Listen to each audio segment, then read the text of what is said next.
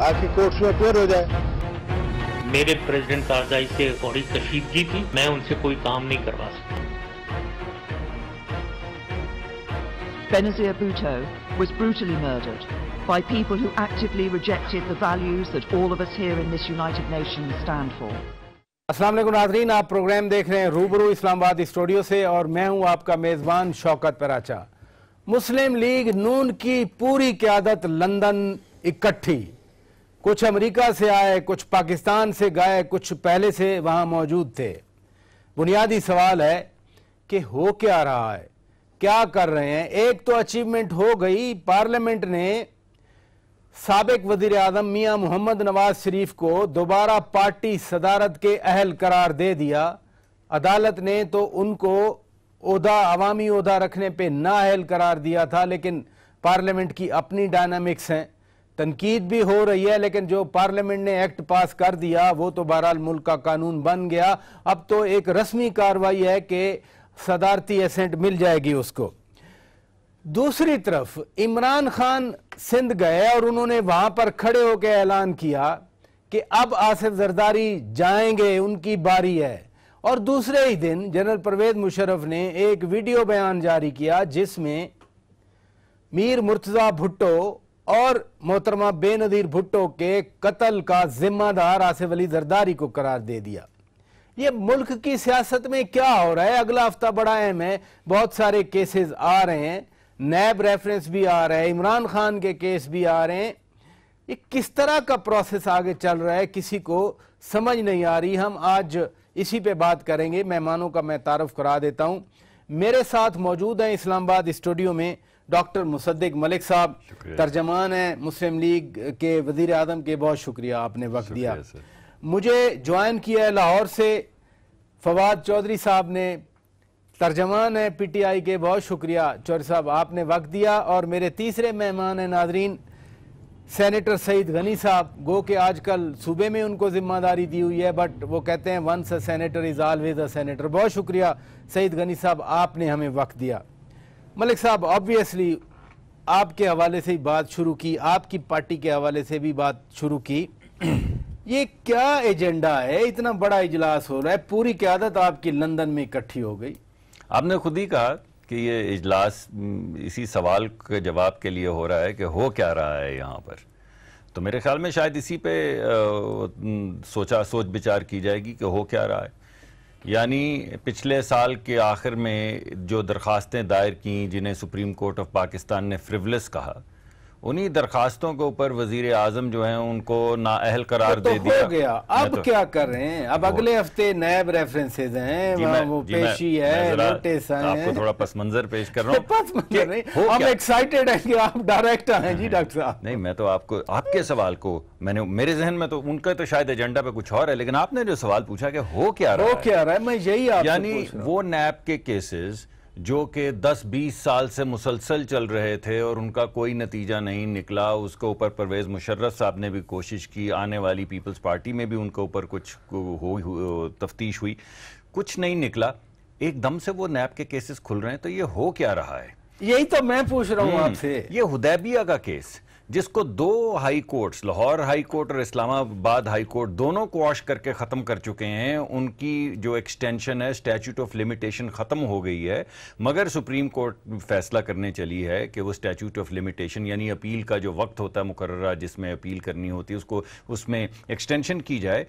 तो ये हो क्या रहा है? तो ये लंदन में ही करेंगे डिस्कस, सारी चीजें बैठ के? ये तमाम होंगी ना डिस्कस। जब अब सब मिल बैठेंगे तो सोचेंगे कि इस मुल्क में हो क्या रहा है और जो कुछ हो रहा है उसको मद्देनजर रख के हमें क्या करना चाहिए। ये क्या करना चाहिए, मैं ये सवाल आप पे छोड़ता हूं, मैं फिर आता हूं।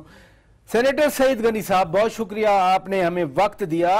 अभी चंद हफ्ते, चंद महीने पहले यही बात पीपल्स पार्टी के बारे में कही जाती थी कि जी पीपल्स पार्टी मुल्क में मशावरत ही नहीं कर सकती, मशवरे ही नहीं कर सकती, वो दुबई में या कहीं और बैठ के इजलास किया करती है।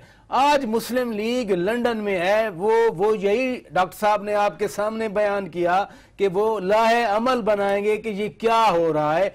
आप जरा फरमाइए ये क्या हो रहा है? देखिए, PMLN एक बड़े क्राइसिस का शिकार है और यकीनन उस क्राइसिस से निकलने के लिए उन्हें मनसूबाबंदी करनी चाहिए, जो उनका हक है। और उन्होंने ये बेहतर जाना कि नवाज शरीफ साहब चूँकि लंदन बैठे हैं, बाकी भी लोग उनके वहाँ जाएं और बैठकर सर जोड़कर बैठें और कोई रास्ता निकालने की कोशिश करें। लेकिन मैं ये समझता हूँ कि शायद वहाँ बैठने से भी इनकी मुश्किलात में कमी कोई नहीं आएगी। लेकिन बहरहाल मैं इनके हक को तस्लीम करता हूँ कि ये कोशिश अपनी ज़रूर करें और जहाँ चाहें वहाँ बैठ के करें। सईद गनी साहब, फेडरल गवर्नमेंट इनकी, प्रोविंशियल गवर्नमेंट इनकी, फिर एक और प्रोविंशियल गवर्नमेंट इनकी, फिर एजेके की गवर्नमेंट इनकी, फिर गिलगित बल्तिस्तान की गवर्नमेंट इनकी, तो फिर भी इन्हें बाहर बैठ के ये मशवरे करने पड़ रहे हैं। अब मेरा ख्याल है कि ये इनका हक है। इस पे हम इनको ना कहें कि जी आप जीबी में बैठ के कर लो या एजेके में बैठ के कर लो या बलूचिस्तान में बैठ के कर लो, ये मुनासिब समझते हैं। और शायद एक सबब ये भी हो सकता है कि नवाज शरीफ साहब चूँकि वहाँ हैं, इसाक डार साहब वहाँ हैं, और मुझे नहीं पता कि वो वापस आने के सोच रहे हैं कि नहीं सोच रहे हैं। मुमकिन है वो जल्द वापस ना आना चाहते हों, इसलिए उन्होंने मुनासिब समझा कि वहाँ चले जाएँ। फवाद चौधरी साहब, आपका व्यू जानूंगा। आप भी यही कहेंगे कि इनका हक है, ये लंदन में बैठे हैं, ये जहां मर्जी बैठ के मशवरे करें, ये मुल्क हमारा अपना है, ये फेडरल गवर्नमेंट का, फिर मैं रिपीट करना पड़ रहा है, फेडरल गवर्नमेंट, सूबाई हुकूमत, फिर सूबाई हुकूमत, फिर सारी हुकूमतें, तो लंदन ही में मशवरा करना चाहिए बैठ के। वो इसलिए पराचा साहब के जो 70 साल के बाद जो है वो हमारा कैपिटल तो इस्लामाबाद है, लेकिन नवाज लीग के लीडर जो हैं उनका कैपिटल लंदन ही है, क्योंकि उनका जो असल कैपिटल है वो भी लंदन में ही है। तो जाहिर है कि आदमी वहीं पे होगा जहाँ पे उसका कैपिटल होगा, जहाँ पे उसका पैसा होगा, और इसीलिए सारी लीडरशिप लंदन में इकट्ठी है। पाकिस्तान अगर आएंगे तो यहाँ पे मुतालबा होगा कि लंदन से आप अकेले वापस ना आएँ, बल्कि पापा के साथ पैसे भी वापस आएँ, और इसलिए वो वहाँ पर ही हैं, पापा भी वहीं पर हैं और पैसे भी वहीं पर हैं, पप्पू भी वहीं पे है। लेकिन चौधरी साहब माजी में आपके लीडर के हवाले से भी यही बातें हम सुनते रहे, जैसे पीपल्स पार्टी के बारे में सुनते रहे, बल्कि वहाँ तो एक टर्म आई थी, लंदन प्लान भी आया था। तो ये हमारी कलेक्टिव लीडरशिप एक ही तरह सोचती है या डिफरेंट सोचती है? नहीं, इमरान खान तो कभी लंदन में खैर उस तरह का उनका तो ना सेटअप है ना वो गए। एपीसी वहां पर हुई थी, वहां पर आपको याद है उस वक्त वो वहां पर गए होंगे, लेकिन जाहिर है लंदन जो है वो ये रहा है। लेकिन इस वक्त तो ये जो सारी काबीना वहां पे जमा हुई है वो बुनियादी तौर के ऊपर वो सिर्फ नैब की अदालतों से भागने के लिए वहां पे गई हुई है। असल में तो नैब के रेफरेंसेस चल रहे हैं और दो बड़े मसाइल हैं इस वक्त PMLN के। एक तो ये कि कैसे बचाया जाए नवाज शरीफ साहब को अदालतों में हाजिरी से, और दूसरा मसला ये है कि जो पैसे बाहर गए हैं उनको कैसे पाकिस्तान आने से रोका जाए। तीसरा आप समझें कि पाकिस्तान का कोई सियासत, यहाँ पे तो हमें अफसोस है कि PMLN एक मुल्कगीर जमात है, बड़ी जमात थी, इसको बचाना जरूरी है पाकिस्तान के लिए। ये जो रीजनल पार्टीज अगर बन जाएंगी, पार्टीज नीचे जाएंगी, इसका पाकिस्तान को नुकसान होगा। लिहाजा हम तो ये बहैसियत एक पॉलिटिकल पार्टी के हम समझते हैं कि PMLN को सियासत बचानी चाहिए, लेकिन लग यूं रहा है कि वो फैमिली बचा रहे हैं और पैसे बचा रहे हैं, वो सियासत नहीं बचा रहे, इसका भी पाकिस्तान को नुकसान होगा। डॉक्टर साहब, सवाल मैंने आप पे छोड़ा था कि क्या अल्लाह है अमल बन रहा है, कुछ तो एक इनिशियल थॉट होता है, यानी रेफरेंसेस हैं, पेशी है, 25-26 को पेशी है, अभी अगले हफ्ते पेशी है, जाएंगे या नहीं जाएंगे? देखिए, ये तो उनके जो कानूनी माहिरीन हैं वो फैसला करेंगे। वैसे ये बात कर रहे थे कैपिटल की इंसान का सबसे बड़ा सरमाया उसकी औलाद होती है, तो इमरान खान साहब की भी औलाद जो है वो लंदन में है। इस वजह से ये कहना कि आपका कैपिटल कहाँ है, उनकी ज़ौजा की तबीयत ख़राब है, वो ज़ेरे इलाज हैं, वो पार्टी के लीडर हैं, सरबराह हैं, अगर उनसे मशवरा करने के लिए लोग इकट्ठे होते हैं तो जैसे गनी साहब भी कह रहे थे, सेनेटर साहब कह रहे थे, इसमें कोई ऐसी बात नहीं है कि उसमें पापा पप्पू इस तरह की गुफ्तगू की जाए। इस तरह की पापा पप्पू वाली गुफ्तगू की तो बड़ी दूर तक चली जाएगी, बहुत से पप्पू निकल आएंगे जिनका कोई अदादो शुमार नहीं होगा। ये क्या गुफ्तगू हुई पापा पप्पू वाली, इस बात को छोड़ दें। एक मतानत के साथ जो हम बात करने चले हैं, कोई फजूल बात हम ना करें तो ज़्यादा बेहतर है। हमारा नुक्ता नज़र ये है कि इस मुल्क के अंदर जो भी चीज़ें हो रही हैं, मैंने पहले आपसे बहुत से सवालात पूछे, मैं आपसे एक और सवाल फिर आपके सामने रखता हूँ कि 5 दिसंबर को फुल बेंच ने हाई कोर्ट के ये फैसला किया कि ये मॉडल टाउन वाली रिपोर्ट नहीं शाया होनी चाहिए। भाई क्यों आपने फैसला किया? उसी वक्त फुल बेंच को फैसला कर देना चाहिए था कि इसको शाया करें। आज उसी के एक ज़ेली जो बड़े मुअज़्ज़ज़ जज हैं, उन्होंने 2 दिन पहले फैसला किया कि आप शाया कर दें। शाया कर दीजिए, कोई एतराज़ नहीं, दोनों में मसला कोई मसला नहीं है। आपको किसने कहा है मसला है? तो फिर शाया हो जानी चाहिए। एक ही अदालत जब 2 मरतबा एक बात कर रही है, एक फुल बेंच कह रहा है कि शाया नहीं होनी चाहिए। तर्जमान पंजाब हुकूमत बाकायदा ऑन द रिकॉर्ड है, उन्होंने कहा जी हम तो इस ऑर्डर के खिलाफ अपील पे जा रहे हैं। जी वो अपील, इसी को आप पूछेंगे ना उनसे सवालात के भाईजान किसकी बात माननी है। 5 अपीलें हैं जिसमें उनके मिनहाजुल कुरान की भी एक अपील है जो फुल बेंच के पास लगी हुई है। एक अपील में फुल बेंच कह चुका है कि आपने इसको पब्लिश नहीं करना। 5 दिसंबर 2016 को कहा है। 2014 मैंने एक प्रोग्राम में गलती से 14 कह दिया, फिर मैंने तस्हीह की उसकी। 14 या 13 में नहीं कहा, 2016 की दिसंबर में कहा है कि नहीं करनी।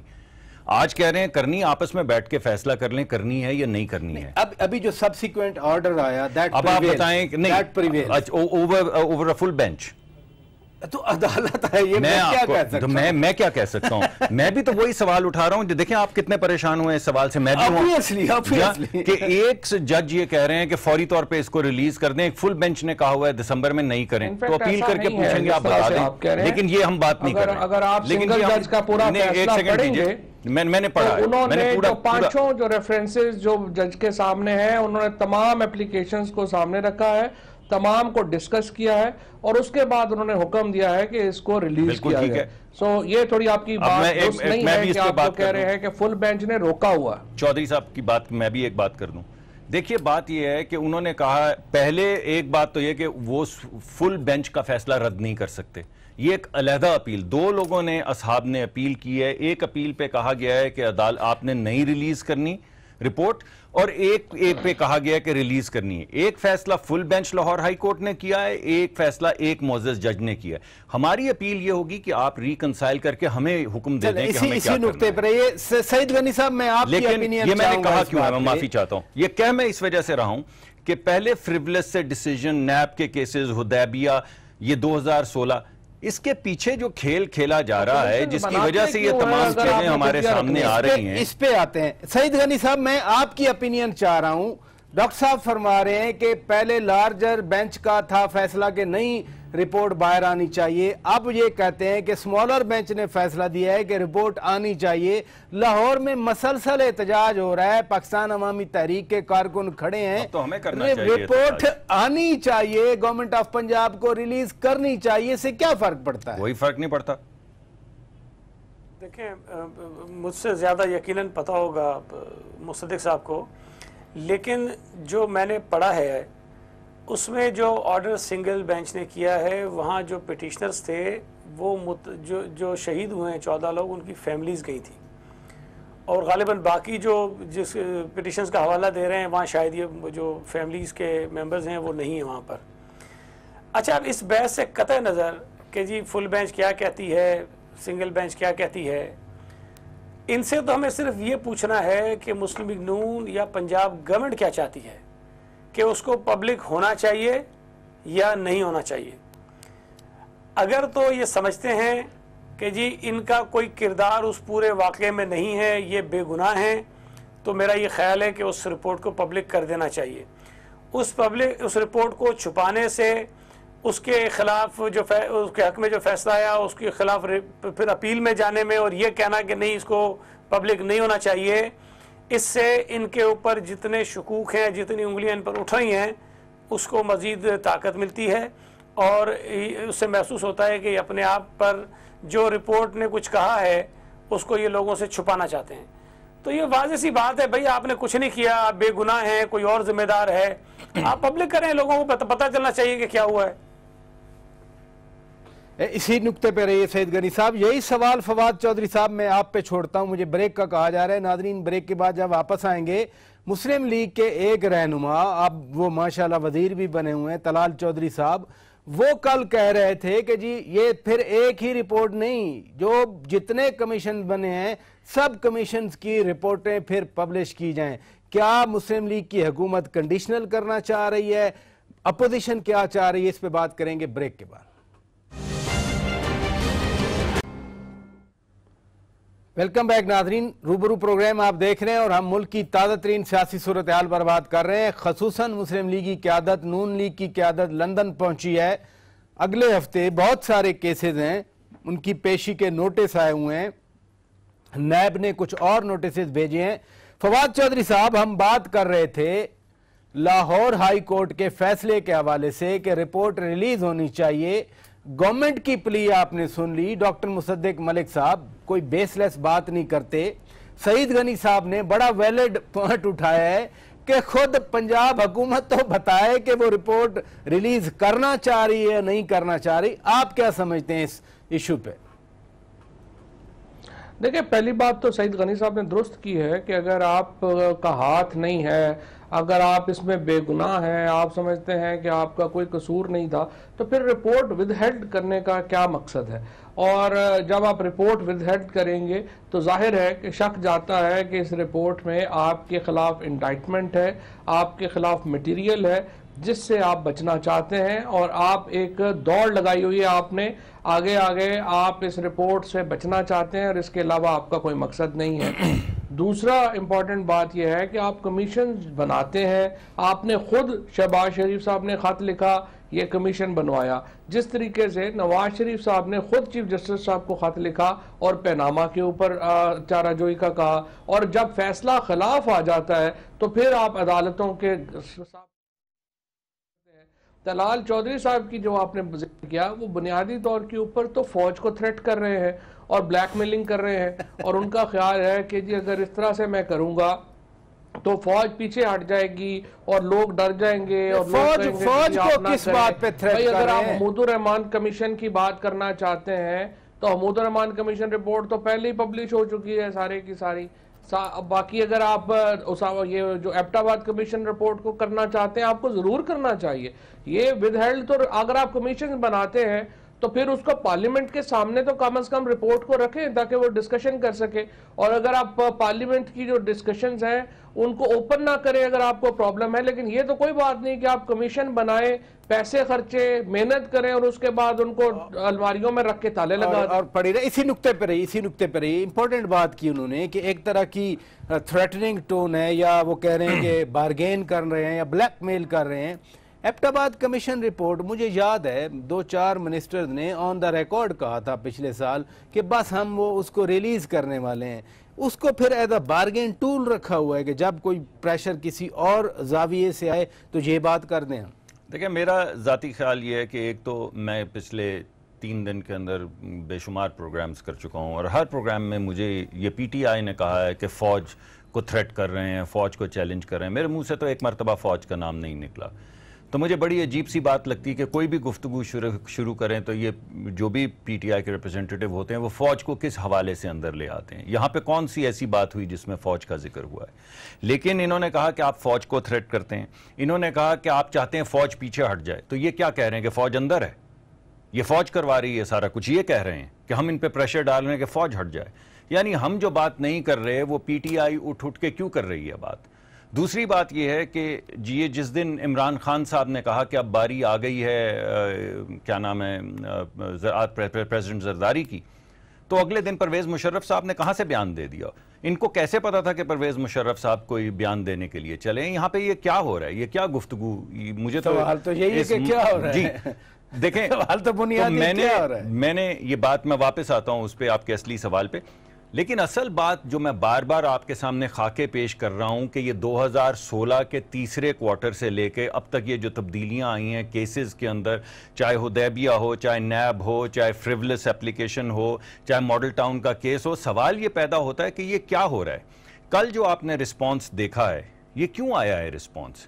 ये रिस्पॉन्स कानून साजी का इस वजह से आया है कि इदारे जब वो हदूद तजावज़ कर जाते हैं जिनसे वो लोग जो असेंबलियों में बैठे हैं वो समझते हैं कि हमारा हक जो है वो पामाल हो रहा है, तो फिर वो ऐसे कवानीन बनाते हैं कि इदारे जो हैं उनको पीछे किया जा सके। इससे इदारे मजबूत नहीं होते।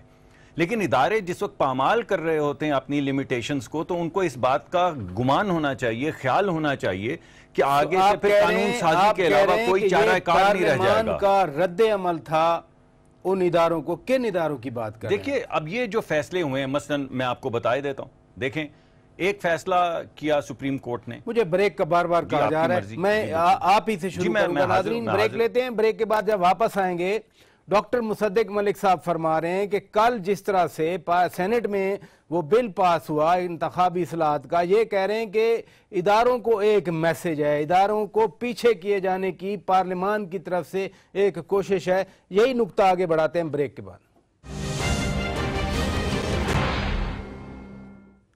वेलकम बैक नाजरीन, प्रोग्राम रूबरू आप देख रहे हैं। मुल्क की ताज़ा तरीन सियासी सूरत हाल पर बात कर रहे हैं। ब्रेक पर जाने से पहले डॉक्टर मुसद्दिक मलिक साहब उन मुहर्रकात की तशरीह कर रहे थे जिनके पेश नज़र गुज़श्ता रोज सेनेट में इंतखाबी इस्लाहत का बिल पास हुआ। तो आप किन इदारों को कह रहे हैं कि पार्लियामान ने उनको पीछे किया है? नहीं, पहली बात मैंने ये नहीं कहा कि उनको पीछे किया, मैंने ये कहा है पैगाम जब दिया, मैंने ये रद्द अमल किस चीज का, जब आप कोई जब आप किसी ऐसी बाउंड्री को क्रॉस करते हैं, हर इदारे के अपने काम करने का एक दायरा कार है, जब आप दायरा कार से बाहर निकलते हैं तो फिर कानून बनाने वालों के पास कोई तरीका कार नहीं रह जाता कि वो ऐसा कानून बनाए कि आपको दायरे के अंदर लाया जाए। मसलन अब मैं आपको दायरे में लाने की बात तो करना है आगे उसी वहीं पे मैं तो बड़ी स्पेसिफिक बात करने लगा हूं।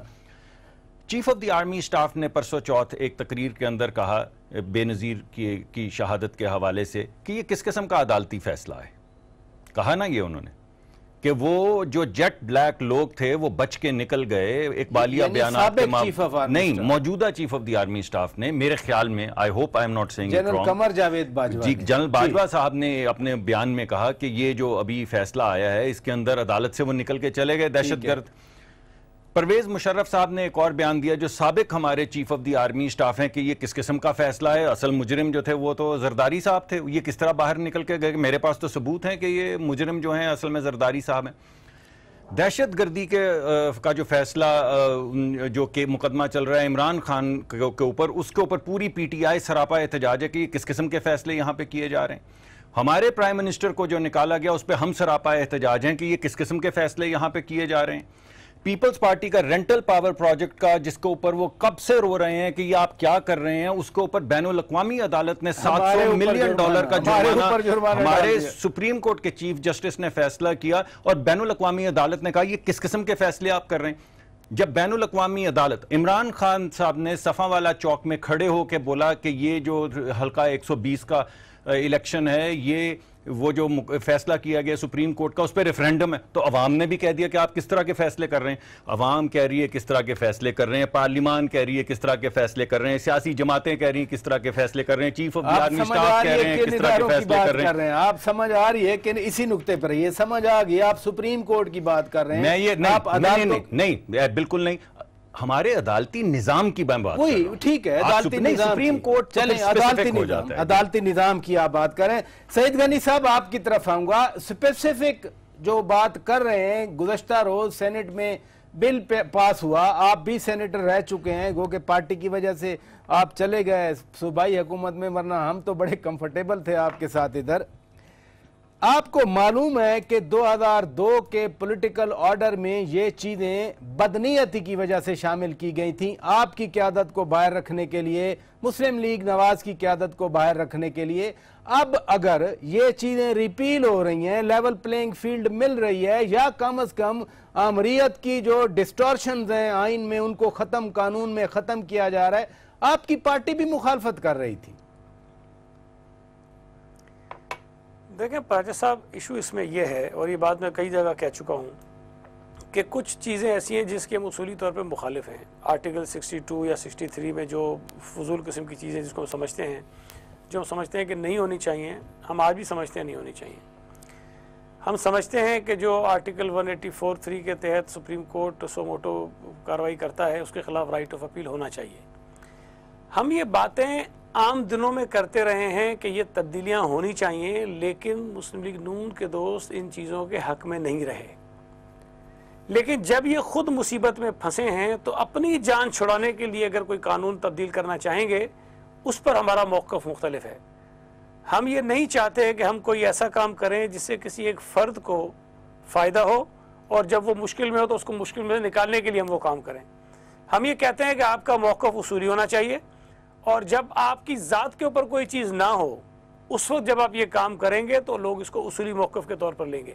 जब आप अपनी जान छुड़ाने के लिए करेंगे, अपने आप को मुश्किल से निकालने के लिए करेंगे, तो फिर ये ज़ाती मफाद की नज़र में आता है। तो उसूली तौर पर हमारी जो मौक़िफ़ है वो आज भी वही है, लेकिन हम ये नहीं कर सकते कि नवाज शरीफ साहब चूँकि मुश्किल में हैं, तकलीफ़ में हैं, क्राइसिस में हैं, तो हम उनका सहारा बनकर तीसरी बार वज़ारत उज़्मा वज़ारत उज़्मा का अहल तो आप ही की पार्टी ने बनवाया था ना? नहीं, देखिए उस वक्त ये बात नहीं हो रही थी कि नवाज शरीफ अभी आ रहे हैं, हालांकि पाकिस्तान में एक ही आदमी था जिसको ये फायदा पहुंचना था। जी हाँ, एग्जैक्टली। लेकिन चूंकि हमारा उसूली मौक़िफ़ था कि इस पे कदगन नहीं होनी चाहिए, हमने वो किया है। इस तरह की बेशुमार चीजें मैं आपको गिनवा सकता हूँ, लेकिन यही जिसके तहत ये डिस्क्वालीफाई हुए हैं 62F में, हम कह रहे थे कि गलत है, ये नहीं मानते थे। अब मानते लेकिन जब इनके ऊपर आ गया तो फिर कहते हैं तब्दील होना चाहिए। अब मानते हैं। अब क्यों होना चाहिए भाई, अब क्यों होना चाहिए? फिर आप इसको चलने देना, आगे चल के करेंगे किसी वक्त पे इसको भी। लेकिन सईद गनी साहब, असूलन आप फरमा रहे हैं कि असूली तौर पर आप इस चीज को सही समझ रहे हैं जो कल हुआ है, लेकिन चूंकि एक पर्सन स्पेसिफिक एडवांटेज बेनिफिट आपको नजर आ रहा है, इसलिए पीपल्स पार्टी मुखालफत कर रही है। देखिए, मैंने सिर्फ एक चीज की बात नहीं की, मैं तो समझता हूं कि 4, 5, 6 और चीजें भी हैं जिसमें तरमीम होनी चाहिए, जिसको ठीक करने की जरूरत है। लेकिन अगर मैं अपनी ज़ात को सामने रख के ये चीज़ें करूँगा ना, फिर जो उसके पीछे मेरा उसूली मौक़िफ़ होता है, जो उसके पीछे एक लॉजिक होती है, जो एक मतलब जिसमें मैं फ़ख्र कर सकूं कि मैंने अच्छा, वो ख़त्म हो जाता है। फिर यही आता है कि जी चूँकि आप तकलीफ में थे, आपकी जान छोड़नी थी, आपने काम कर लिया। तो इस सिचुएशन में हम थोड़ा सा वो हैं, टाइमिंग इसकी दुरुस्त नहीं है, बाकी वैसे चीज़ें ठीक है। इसी नुक्ते पर ये फवाद चौधरी साहब, डॉक्टर साहब फरमा रहे हैं कि पार्लियामान ने ये रद्द अमल दिया है उन इदारों को, उनको पीछे रखने के लिए, पीछे हटाने के लिए, और मुस्लिम लीग का वादे मौक़िफ़ है। बड़े इनके अकाबरीन बार बार कहते रहे कि इदारे मुदाखलत कर रहे हैं।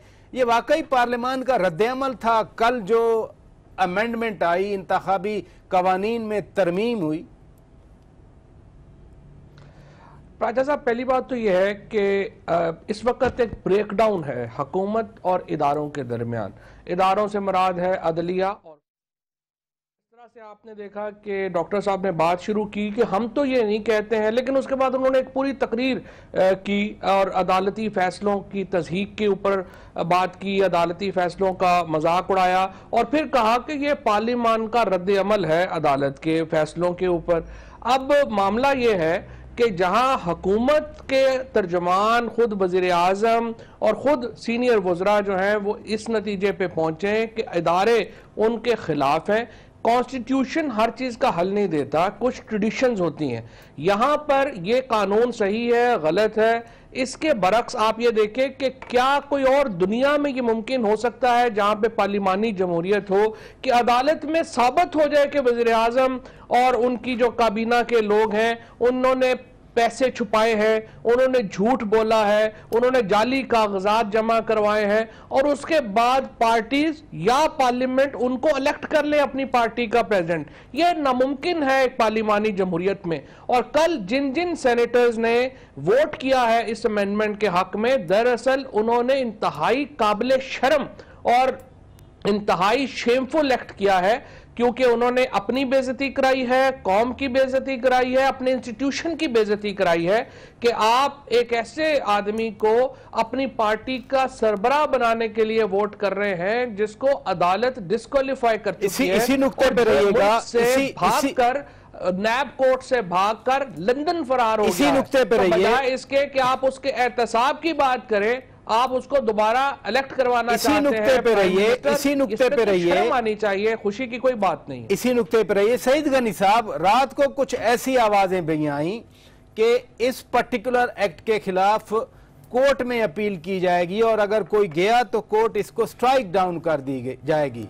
Article 239 of the constitution of 1973 of Pakistan, उसका मैंने सब क्लॉज पढ़ी 5 और 6, उसमें तो पार्लियामान को वादे तौर पर यह पावर है कि वो जो चाहे वो आइन में, अगर वो बेसिक स्ट्रक्चर के खिलाफ नहीं है चीज, मैं पढ़ भी देता हूं, हम स्क्रीन पे भी दिखा रहे हैं। बेसिक स्ट्रक्चर भी नहीं लिखा हुआ, पराचा साहब थोड़ी सी अपनी तस्दीक कर लीजिए, बेसिक स्ट्रक्चर नहीं, आइन में तो तरमीम हो सकती है लेकिन लेजिस्लेशन जो है वो आइन के ताबे होनी चाहिए, ये है बुनियादी बात। तो मैं तो उल्टा आप ही मेरा आर्ग्यूमेंट स्ट्रेंथन कर गए। एक इदारा जो दस्तूर में तरमीम कर सकता है वो सिंपल एक्ट ऑफ पार्लियामेंट नहीं बना सकता क्या?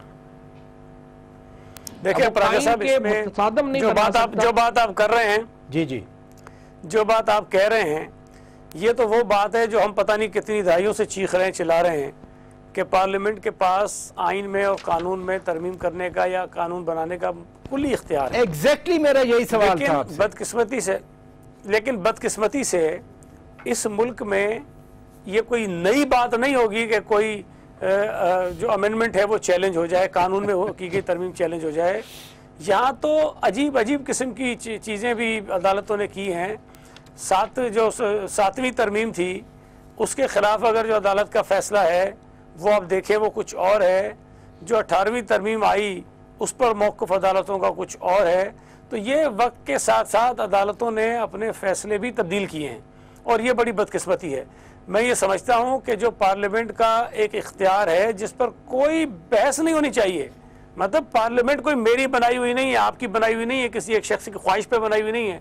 इस मुल्क के लोगों की मुंतखब करदा नुमाइंदों पर मुश्तमिल पार्लियामेंट है।